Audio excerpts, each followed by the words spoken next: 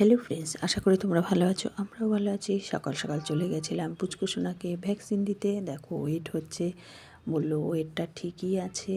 তারপরে মাপা হলো হাইটটাও বললো ঠিক আছে। তারপরে এক এক করে পোলিও খাওয়ালো। দেখতেই পাচ্ছ, বললো হাইটটা ঠিক আছে, কোনো অসুবিধা নেই, সব কিছুই ওকে আছে। আর ওই যে পোলিও খাওয়াচ্ছে, পোলিও খাওয়ানোর সময় কাঁদেনি, কিন্তু ইঞ্জেকশান 3খানা ইঞ্জেকশান দেওয়ার সময় খুব কেঁদেছে।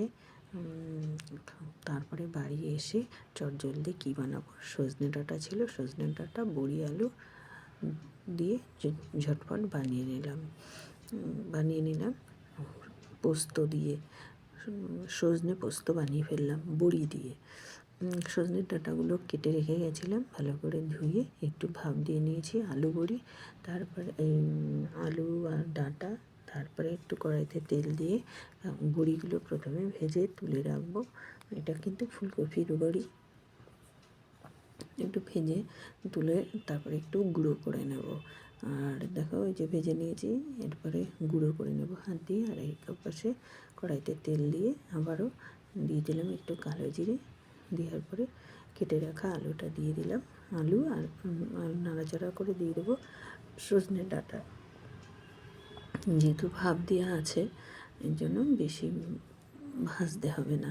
এবার একটু ভালো করে কষিয়ে নেব আলু আর সজনে ডাঁটা।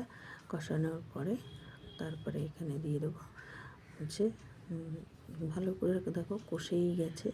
আর এইদিকে বড়িগুলোকে না আমি গুঁড়ো করে নিয়েছি, এদিকে ভাজা হচ্ছিলো, সেই ফাঁকে হাত দিয়ে গুঁড়ো করে নিয়েছি।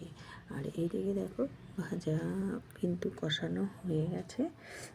এবার আমি এর ভিতরে চেরা কাঁচা লঙ্কা, একটু শীতকাল তো একটু ঝাল ঝাল না হলে ভালো লাগে না, দিলাম হলুদ, তারপরে দেবো একটু নুন, তারপরে দেবো হচ্ছে তোমার চিনি দেবো। দিয়ে আর সম্পূর্ণ কিন্তু আমি গ্যাসটা সিল করেই রান্না করেছি।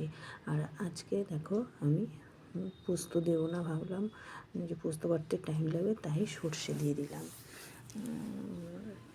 সর্ষে বাটা দিয়ে বড়ি দিয়ে আলু দিয়ে চচ্চড়ি। দেখো একদম কষানো কিন্তু হয়ে গেছে। এরপরে দেখো একদম মাখা মাখা হয়ে এসছে। এরপরে আমি জল দিয়ে দেবো একটু, যে বাটিটা সর্ষেটা ভেজানো ছিল সেই বাটিতে অল্প করে জল দিয়ে দিলাম। দিয়ে তারপরে 5 মিনিট থেকে 10 মিনিট ঢাকা দিয়ে রান্না করে নেব। সম্পূর্ণ কিন্তু ফুল করে দিলে কিন্তু গ্যাসটাকে হবে না। দেখো একদম মাখা মাখা বেশ হয়ে গেছে। এবার উপর থেকে আমি একটু কাঁচা সর্ষের তেল ছড়িয়ে দেবো। তোমরা চাইলে একটু ঘিও দিতে পারো।